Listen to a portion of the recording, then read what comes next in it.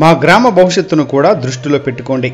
సేతనపల్లి దళితవాడలో బాబు surety భవిష్యత్తు guarantee కార్యక్రమంలో భాగంగా శనివారం నాడు మండలంలోని సేతనపల్లి దళితవాడలో టీడీపీ మరియు జనసేన పార్టీ కార్యకర్తలు ఇంటింటికి తిరిగి భవిష్యత్తు గ్యారంటీలోని వాగ్దానాలను, అందులోని పథకాలను గూర్చి వివరించి తమకు ఓటు వేయవలసిందిగా అభ్యర్థించారు.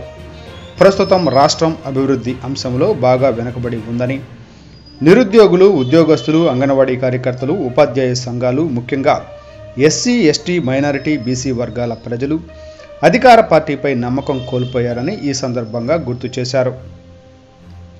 తాము అధికారంలోకి వస్తే కాగితపు లెక్కలు కాకుండా కార్యాచరణలో వాటిని అమలు చేసి చూపిస్తామని తెలుగుదేశం పార్టీ పెడన నియోజకవర్గ ఇన్ఛార్జ్ కాగిత కృష్ణప్రసాద్ హామీ ఇచ్చారు.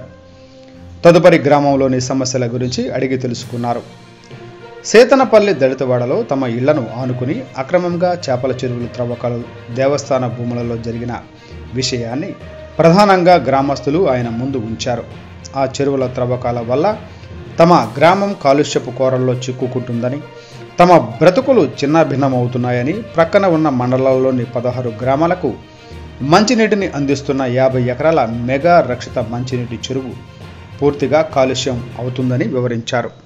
గ్రామంలో రోడ్లు సరిగ్గా లేవని మరియు డ్రైనేజీ వ్యవస్థ అసలే లేదని గ్రామస్తులు తెలిపారు.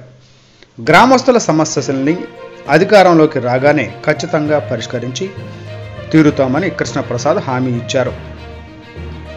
అందులో భాగంగానే అక్రమ తవ్వకాలు జరిగిన చెరువుల్ని పరిశీలించారు.